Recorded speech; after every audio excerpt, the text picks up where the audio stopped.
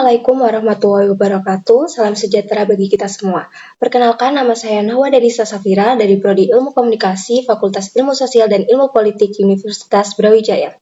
Pada kesempatan ini, saya akan mempresentasikan artikel ilmiah saya yang berjudul Komunikasi Antar Budaya Mahasiswa Etnis Jawa dan Etnis Melayu FISIP Universitas Brawijaya.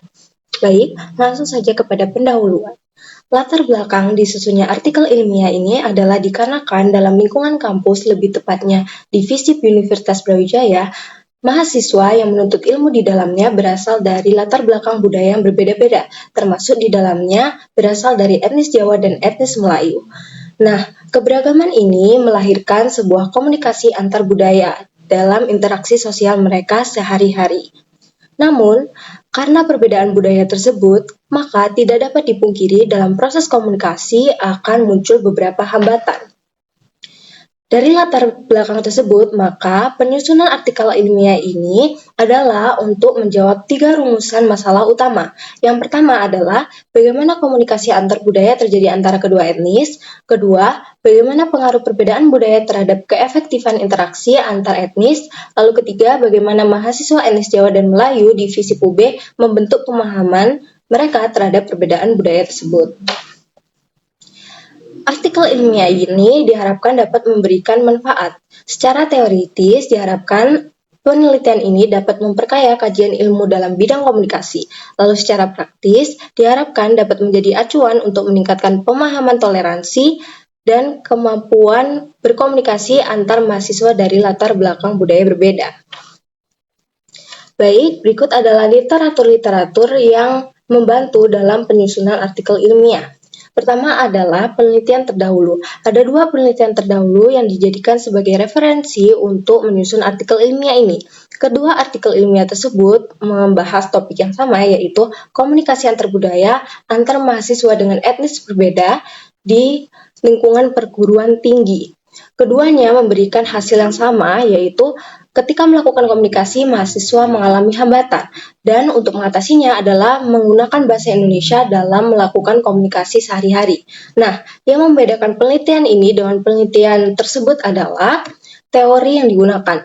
Dalam penelitian ini, teori yang digunakan adalah teori fenomenologi yang diharapkan dapat lebih relevan dalam mengkaji fenomena yang terjadi. Selanjutnya adalah pengertian komunikasi antar budaya. Secara singkat, komunikasi antar budaya adalah komunikasi yang terjadi antara 2 atau lebih individu yang berasal dari latar belakang budaya yang berbeda. Selanjutnya adalah budaya dan etnik. Budaya meliputi segala kemampuan budi seperti cipta, rasa, dan karsa. Sedangkan etnik adalah sekumpulan manusia yang bersatu karena memiliki kesadaran akan kesamaan budaya, ras, agama, asal-usul bangsa, serta peran dan fungsi tertentu. Indonesia sendiri merupakan negara kepulauan di mana penduduknya berasal dari berbagai kalangan suku bangsa dari Sabang hingga Merauke, termasuk di dalamnya adalah etnis Jawa dan etnis Melayu. Nah, etnis Jawa dan etnis Melayu itu memiliki karakteristik yang cenderung berbeda. Etnis Jawa memiliki karakteristik sopan, santun, dan lemah lembut, sedangkan etnis Melayu memiliki karakteristik yang kuat. Selanjutnya adalah teori fenomenologi. Fenomenologi merupakan pendekatan yang meneliti pengalaman pribadi seseorang atau metode untuk mengeksplorasi bagaimana individu secara subjektif memaknai dan merasakan peristiwa yang mereka alami.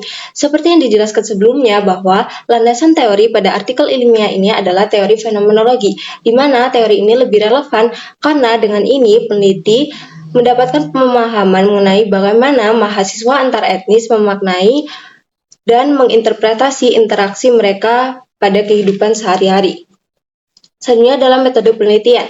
Jenis penelitian ini adalah kualitatif dengan sumber data primer dari data hasil wawancara, sumber data sekunder berasal dari studi pustaka, dari jurnal, artikel, atau literatur yang relevan dengan topik yang dibahas. Lalu teknik pengumpulan data adalah wawancara mendalam, melalui 4 informan, yaitu 2 informan merupakan mahasiswa dari etnis Jawa, lalu 2-nya lagi merupakan mahasiswa dari etnis Melayu. Selanjutnya adalah teknik analisis data. Tekniknya adalah analisis deskriptif, di mana data hasil wawancara akan diuraikan secara deskriptif untuk mencapai sebuah kesimpulan. Jadi kepada hasil dan pembahasan. Yang pertama akan dibahas adalah bagaimana komunikasi antar budaya antara kedua etnis tersebut. Seperti yang dijelaskan sebelumnya, bahwa etnis Jawa dan etnis Melayu memiliki perbedaan karakteristik. Mahasiswa etnis Jawa dalam berkomunikasi menggunakan intonasi suara yang cukup lemah lembut dan sopan santun. Sedangkan mahasiswa dari etnis Melayu dalam berkomunikasi, intonasi suara mereka cukup tinggi, kuat, dan ekspresif. Nah, dalam berkomunikasi, mahasiswa etnis Melayu menunjukkan ragam bahasa kasual yang berbeda, di mana dalam sehari-hari ketika mereka mengakhiri sebuah kalimat, mereka menggunakan kata we, di mana itu cukup tidak familiar untuk mahasiswa dari etnis Jawa. Dalam berkomunikasi sehari-hari, akhirnya mereka menggunakan bahasa Indonesia. Di sini bahasa Indonesia berperan penting sebagai jembatan antara komunikasi antar kedua etnis tersebut agar komunikasi lebih inklusif. Namun terkadang juga ada campur kode, yaitu penyisipan bahasa daerah ke dalam tutur bahasa lisan ketika mereka berbicara. Di sini, campur kode itu sering terjadi ketika mahasiswa etnis Jawa berbicara. Selanjutnya adalah pengaruh perbedaan budaya terhadap keefektifan. Di sini, perbedaan budaya memang mempengaruhi keefektifan interaksi. Jika dilihat dari sisi mahasiswa etnis Jawa, mereka sering mengalami kesalahpahaman karena mahasiswa etnis Melayu sendiri ketika berkomunikasi, intonasi suaranya cukup tinggi, lalu kecepatan dalam berbicara cukup cepat, dan ketika menyampaikan sesuatu mereka cukup langsung kepada inti tanpa basa-basi. Selanjutnya, jika dilihat dari sisi mahasiswa etnis Melayu, terkadang seperti yang dijelaskan sebelumnya bahwa ada campur kode di mana terkadang disisipkan beberapa bahasa-bahasa daerah dalam mahasiswa etnis Jawa itu melakukan komunikasi, sehingga kadang mahasiswa etnis Melayu tidak mengerti apa yang diomongkan. Namun, keefektifan ini dapat tercapai ketika mereka saling menghargai satu sama lain. Lalu, selanjutnya adalah bagaimana bentuk pemahaman kedua etnis tersebut terhadap perbedaan budaya dalam interaksi. Nah, kedua etnis memaknai perbedaan budaya tersebut bukan sebagai hambatan, namun sebagai bentuk kekayaan Indonesia sebagai negara kepulauan dengan berbagai suku bangsa di dalamnya. Dan dalam berkomunikasi, mereka menyesuaikan diri dengan menggunakan bahasa Indonesia dalam berkomunikasi dan saling bertoleransi. Mereka juga dengan senang hati dan terbuka untuk mengajarkan bahasa satu sama lain. Baik, kesimpulannya adalah komunikasi antar budaya antara kedua etnis memiliki perbedaan gaya komunikasi yang mencolok. Mahasiswa Jawa berkomunikasi dengan santun dan lembut, sedangkan mahasiswa Melayu lebih tegas dan ekspresif. Namun keduanya berhasil berinteraksi harmonis menggunakan bahasa Indonesia sebagai penghubung.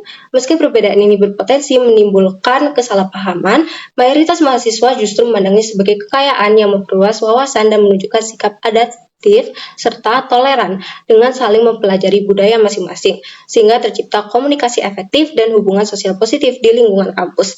Nah, saran untuk penelitiannya adalah untuk menambah jumlah partisipan, karena di sini partisipannya hanya ada 4 dan berasal dari fakultas yang sama, sehingga untuk penelitian selanjutnya diharapkan dapat menambah jumlah partisipan dari fakultas-fakultas lain, sehingga data yang dihasilkan dapat lebih representatif.